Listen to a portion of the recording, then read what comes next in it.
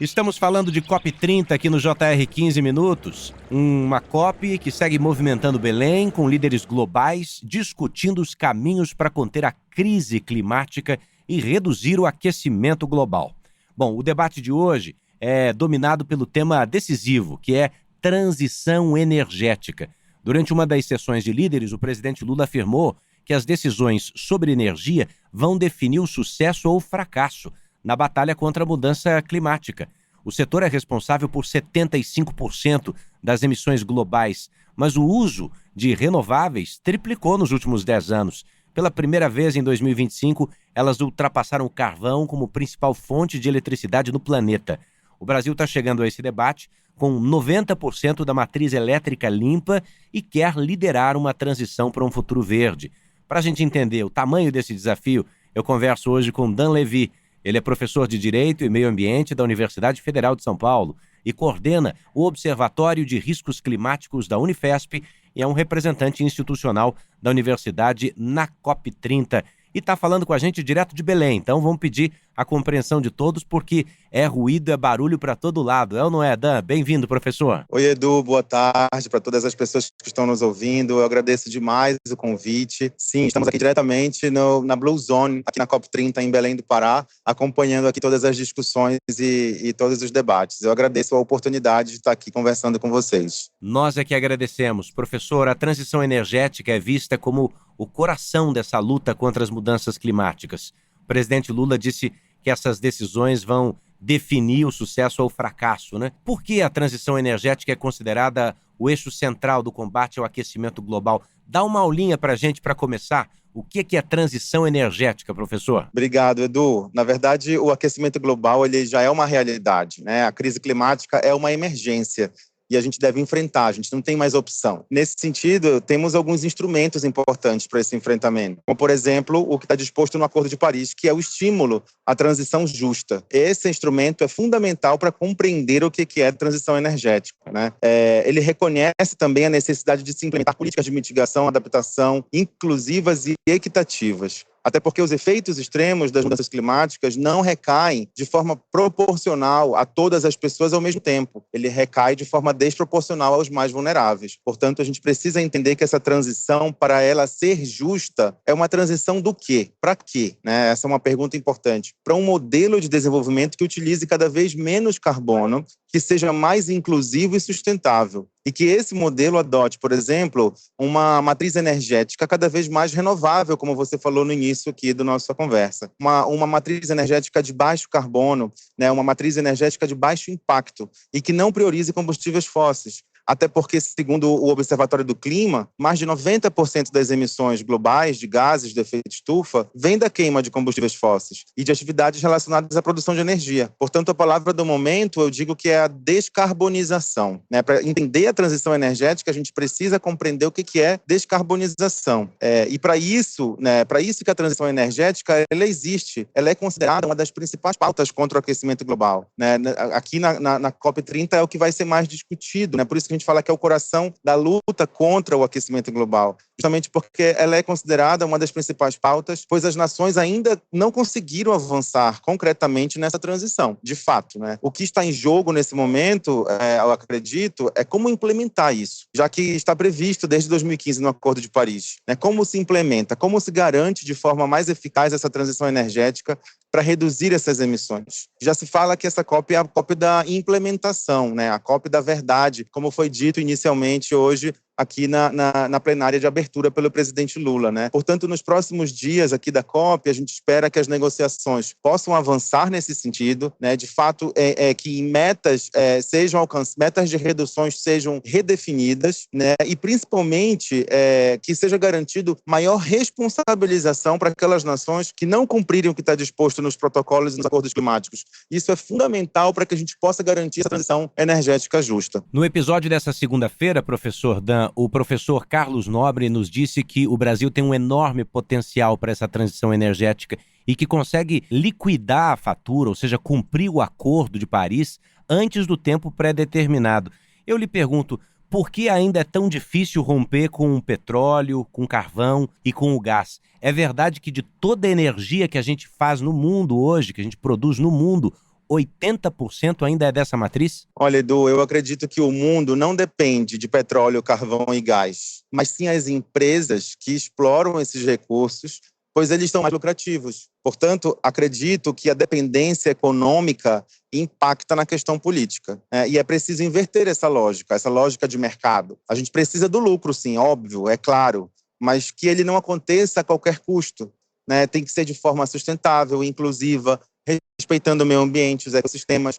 Eu costumo dizer que a floresta em pé e o petróleo no chão é mais rentável e benéfico para todo mundo. É difícil fazer isso? É muito difícil, mas não é impossível. Por exemplo, a gente precisa de maior compromisso com políticas fiscais e de crédito direcionadas à indústria de energias renováveis, agricultura sustentável, economia circular, criar planos de desenvolvimento regional para áreas dependentes de setores verdes, como, por exemplo, energias renováveis, agricultura sustentável, tecnologias ambientais, dentre inúmeras outras ações que já existem e já são implementadas. A gente precisa que sejam cada vez mais incentivadas. O investimento e a tecnologia, portanto, já existe no mundo, né? Mas será que as grandes potências e as suas incorporações estão dispostas a fazer essa transição? Acho que essa que é a pergunta que deve ser feita. Essa é a pergunta de milhões.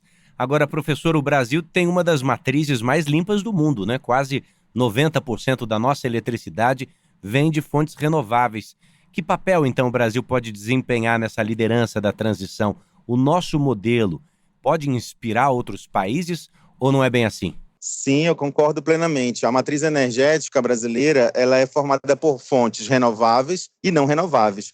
Mais de 80% da matriz energética no Brasil é de fontes renováveis. É uma das maiores matrizes energéticas renováveis do mundo, né? Que tem aqui aplicando energia hídrica, biomassa, eólica e solar, né? Que são a base aí das fontes renováveis. O Brasil é um dos países com maior matriz energética renovável. E isso coloca uma posição de vantagem competitiva, com possibilidades, sim, de ser uma liderança na transição energética global. Essa COP é a COP da implementação e, portanto, creio que nessa COP o Brasil tem uma oportunidade única, né, de ser uma liderança mundial para a implementação, né, desses instrumentos na garantia da transição justa. O principal objetivo dessa transição é reduzir emissões e alcançar a neutralidade de carbono, né? E recentemente o governo federal lançou o Plano Nacional de Transição Energética e a criação de um fundo de transição energética. Isso é muito importante. Um dos maiores desafios é aprimorar a infraestrutura dessa transmissão, né, para garantir a confiabilidade do sistema energético, mas principalmente, né,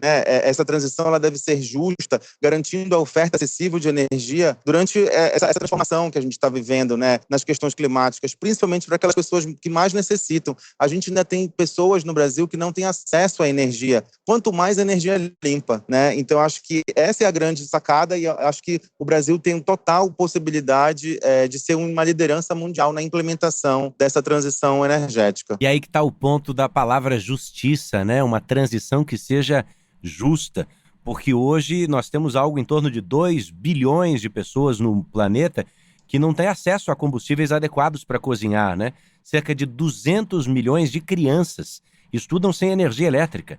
Então, como é que a gente faz para combater essa pobreza energética dentro desse processo? É a minha próxima pergunta para o senhor. Então, Edu, conforme eu já mencionei, né, a transição energética justa significa distribuir o ônus e o bônus dessa transição equitativamente, né, através de responsabilidade comum, mas diferenciada, por exemplo, que é um outro instrumento do Acordo de Paris, onde quem polui mais, paga mais. Os países desenvolvidos devem fornecer esse apoio financeiro para a transferência de tecnologia para os países do sul global, que a gente fala, né? Garantir a justiça social nas políticas climáticas, reduzir o desemprego e a pobreza. Não tem como combater as mudanças climáticas se a gente não combate a pobreza, as desigualdades sociais, né?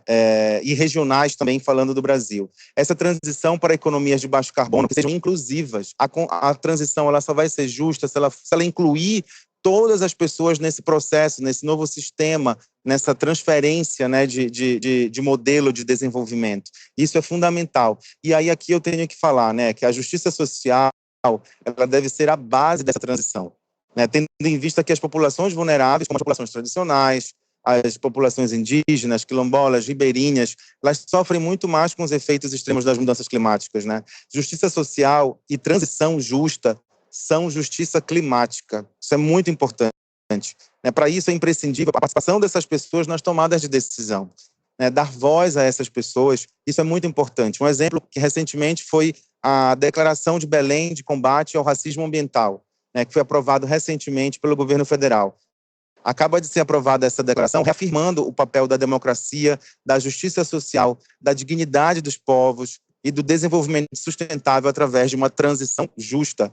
Essa declaração, inclusive, ela reforça o reconhecimento do ODS 18, né, dos Objetivos de Desenvolvimento Sustentável, e a gente tem 17. Essa declaração está reforçando a implementação de mais um ODS, né, para que a ONU possa reconhecer o ODS 18, que é igualdade étnico-racial. Então, isso é fundamental. Combater a pobreza é combater justamente as desigualdades, né, uma oportunidade de inclusão para a garantia da justiça climática através da transição justa. Professor Dan Levi, diretamente da COP30 aqui no JR 15 Minutos.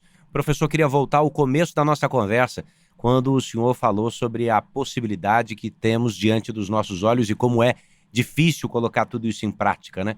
Apesar desse discurso verde, que com dificuldade vai avançando nos países, os 65 maiores bancos do mundo destinaram quase 900 bilhões de dólares ao setor de petróleo e de gás. Isso no ano passado.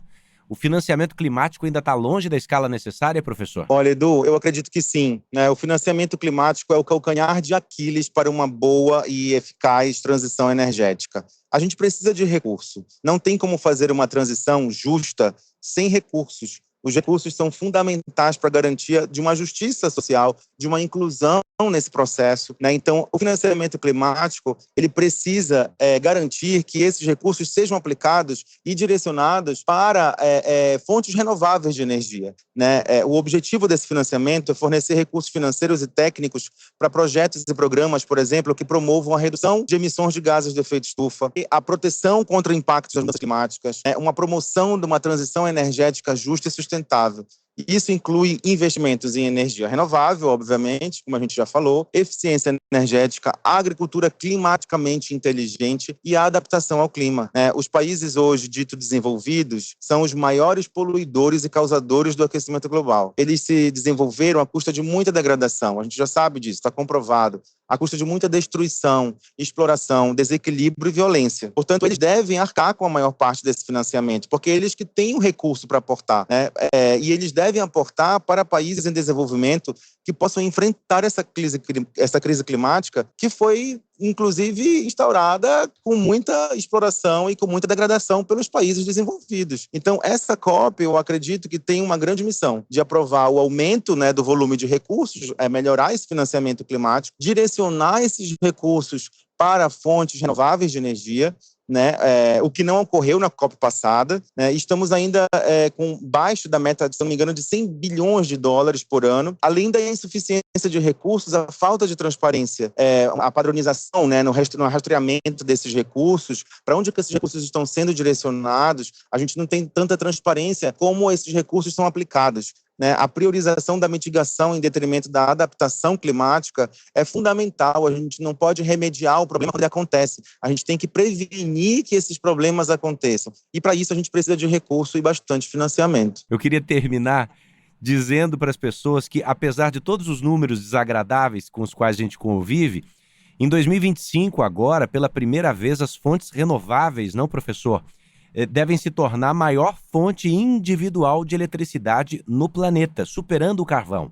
Apesar dos recordes de emissões, será que a gente pode dizer que o mundo entrou num ponto de virada? Qual seria o marco real do início da era das energias limpas, hein? Boa pergunta, Edu. Dito sim que a gente está entrando num turning point, né, num divisor de águas, num marco histórico.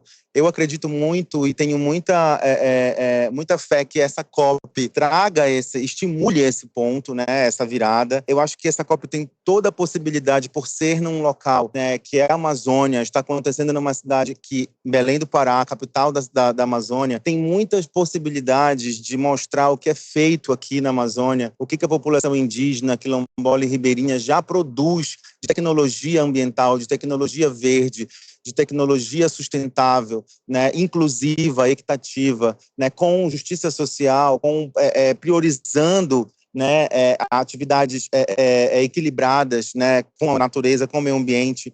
Eu acho que é fundamental a gente tentar aprender com essas pessoas que já desenvolvem atividades para enfrentar essas mudanças climáticas. Então, a COP na Amazônia ela é significativa para isso. Ela acontece depois de 3 COPs, que foi a 27, a 28 e a 29, respectivamente no Egito, em Dubai e em Baku, que foram países que são altamente exportadores e produtores de combustíveis fósseis, como petróleo e gás, né? E aí a COP vem para o Brasil, numa região que é considerada a Amazônia, que aqui hoje é o centro do mundo, no sentido de se discutir mudanças climáticas, né? Num ecossistema que é importantíssimo, um dos mais importantes do mundo. Então, eu acredito que essa COP ela tem esse papel também, né? Ela tem tudo para ser um verdadeiro marco, um ponto de virada para essas energias limpas. É uma oportunidade para a gente regulamentar a responsabilidade daquelas nações que não implementam, de fato, as políticas e os planos de transição justa. A responsabilidade, por eu ser professor de direito, inclusive,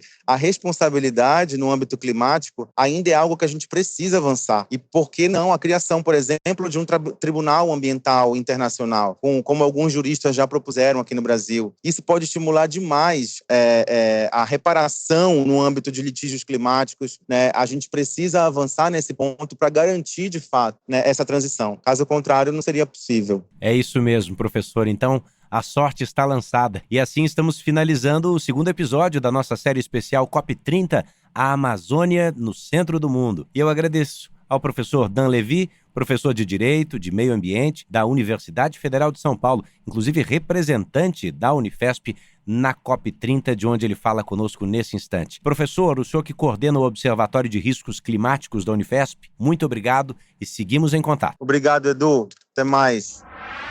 Está terminando a edição 1298 do seu 15 Minutos, que teve a produção de David Bezerra, estagiárias Amanda Fusita, Bárbara Maiato e Yasmin Logrado, a sonoplastia de Bruna Franco, coordenação de conteúdo Deni Almeida, direção editorial Tiago Contreira e vice-presidência de jornalismo de Antônio Guerreiro. Bora para a próxima!